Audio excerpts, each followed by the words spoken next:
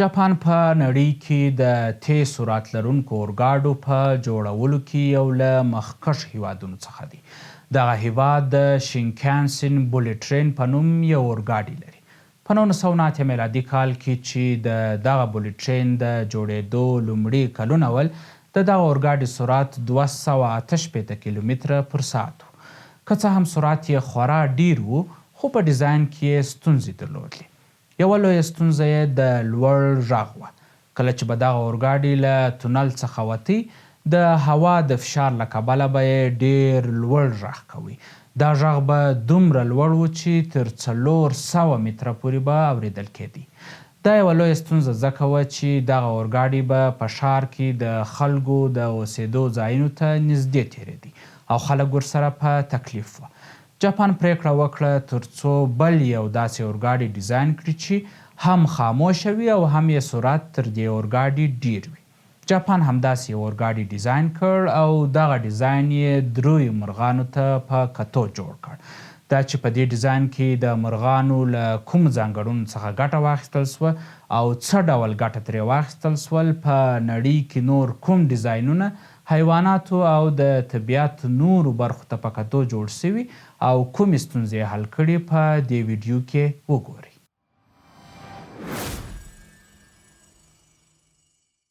جاپان چې کله د بولټ ټرین په ډیزاین کې له ستونزو سره مخ و، د انجینرانو یوه ډله یې راوغوښتل تر څو دغې ستونزې ته حل لاره ولټوي.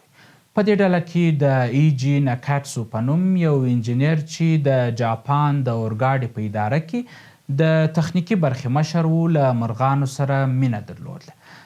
د بم وزر ته په کتو د اورګاډي د پنټوګراف برخه ډیزاین کړه. دا هغه برخه ده چې اورګاډي له برېښنا سره وصلوي. ځکه یې د دغې برخې ډیزاین د بم له وزر څخه کاپي کړ چې د دغه مرغه وزرونه د الوتنې او ښکار پر وخت ډیر کم غږ کوي. که څه هم د دې برخې په ډیزاین سره د غږ ستونزه یو څه حل سوه، خو د پنټوګراف چوکاټ بیا هم د سرعت په وخت کې لوړ غږ کوي. دغه انجینر د دغه چوکاټ ډیزاین د ایډیلي پینګوین په نوم د یو مرغه د بدن د جوړښت څخه په تقلید جوړ کړ. ځکه د دغه مرغه بدن داسې خلق کړل سوی چې په اوبو کې په ډیرې اسانۍ او پرته له زیات فشار لامبو وهي. د اورګاډي د ډیزاین نوره ستونزه حل وه، خو د دې اورګاډي د مخ د برخې په ډیزاین کې لا هم ستونزه وه. دغه انجینر د اورګاډي د مخ برخه د کینګ فیشر په نوم د یوه مرغه له مشوکې څخه په تقلید جوړه کړه. دغه مرغه زیاتره بحري حیوانات ښکاروي. د کینګ فیشر مشوکه داسې جوړه سوې چې کله په اوبو کې مشوکه د ښکار لپاره ننباسي، اوبه یې په بیخي کمه اندازه ممانعت کوي او شاوخواته هیڅ یا ډیرې کمې اوبه پاشي. د دغو دریو مرغانو ځانګړنو ته په کتو چې کله د اورګاډي ډیزاین په 1909 میلادي کال کې بشپړ سو، د اورګاډي په سرعت کې 10 سلنه زیاتوالی راغلی و، 15 سلنه یې د برېښنا په مصرف کې کموالی راغلی و او د لوړ غږ ستونزه یې هم حل سول. دغه د بایومیمیکري یو له مهمو بیلګو څخه ده. بایومیمیکري له دوو کلمو څخه اخیستل سوې چې بایو د ژوند په معنا دی او میمیکري د تقلید په معنا ده. بایومیمیکري د ساینس هغه برخه ده چې د ژوندیو موجوداتو او طبیعت له بیلابیلو برخو څخه انسانان موډلونه، عملیې او ډیزاینونه رااخلي او د خپلو ستونزو د حل لپاره ترې ګټه اخلي. دا کوم نوی کار نه دی، خو بایومیمیکري د ساینس په ډول ډیر نوی علم دی.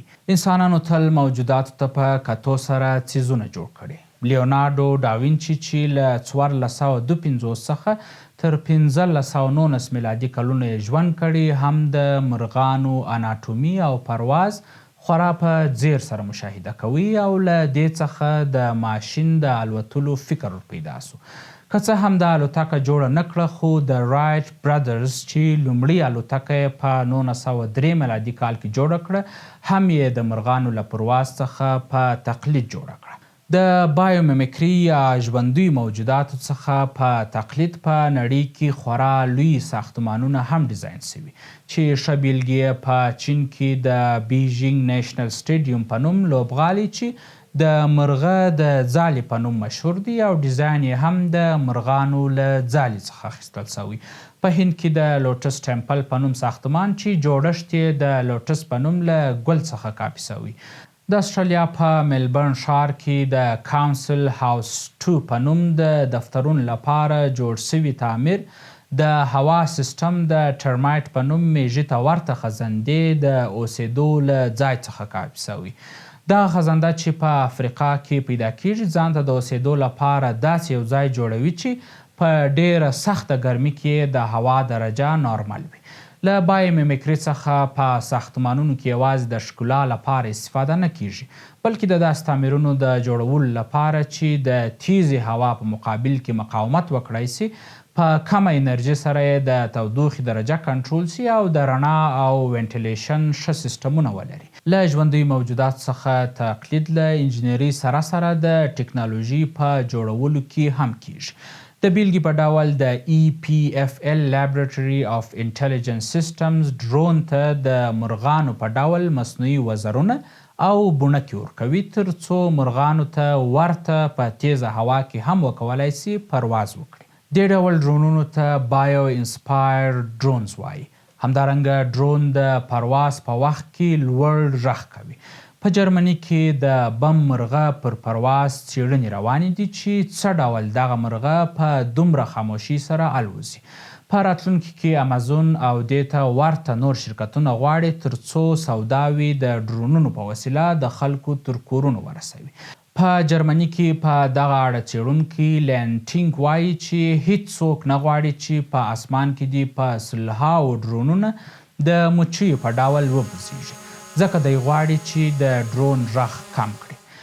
بایو میمیکري له دې سره سره په ډیرو زیاتو صنعتونو او د ژوند په بیلابیلو برخو کې د کم مصرف، د کثافاتو د کمولو او د کاربن د زیات تولید د مخنیوي او نورو زیاتو اهدافو لپاره کاریږي او په ډیزاین او رغونه کې د انسانانو، حیواناتو او نباتاتو له جوړښتونو څخه پکښې ګټه اخیستل کیږي.